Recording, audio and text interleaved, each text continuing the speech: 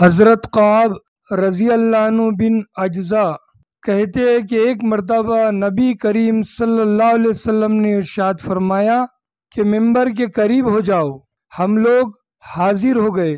جب حضور صلی اللہ علیہ وسلم نے ممبر کے پہلے درجے پر قدم رکھا تو پھر فرمایا آمین، جب دوسرے پر قدم رکھا تو پھر فرمایا آمین، جب تیسرے پر قدم رکھا تو پھر فرمایا آمین۔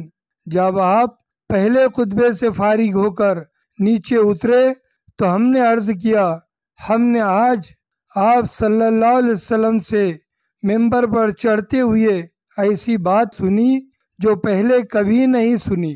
آپ صلی اللہ علیہ وسلم نے فرمایا کہ اس وقت جبرائیل علیہ السلام میرے سامنے آئے تھے۔ جب پہلے درجے پر قدم رکھا انہوں نے کہا، ہلاک ہو وہ شخص جس شخص نے رمضان کا مبارک مہینہ پایا پھر بھی اس کی مغفرت نہ ہوئی۔ میں نے کہا آمین۔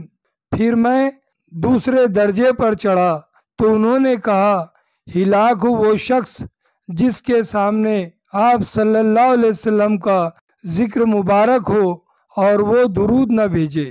میں نے کہا آمین۔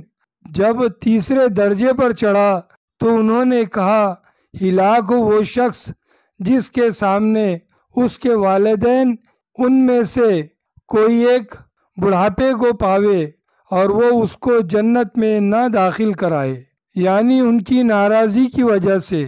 میں نے کہا آمین۔ اس حدیث میں اول جبرائیل علیہ السلام جیسے مقرب فرشتے کی بددعا ہی کیا کم تھی، اور پھر حضور اقدس صلی اللہ علیہ وسلم کی آمین کتنی سخت بددعا بنا دی۔ وہ ظاہر ہے اللہ تعالیٰ ہی اپنے فضل و کرم سے ہم لوگوں کو تینوں چیزوں سے بچنے کی توفیق عطا فرمائے اور ان برائیوں سے محفوظ رکھے، ورنہ ہلاکت میں کیا تردد ہے۔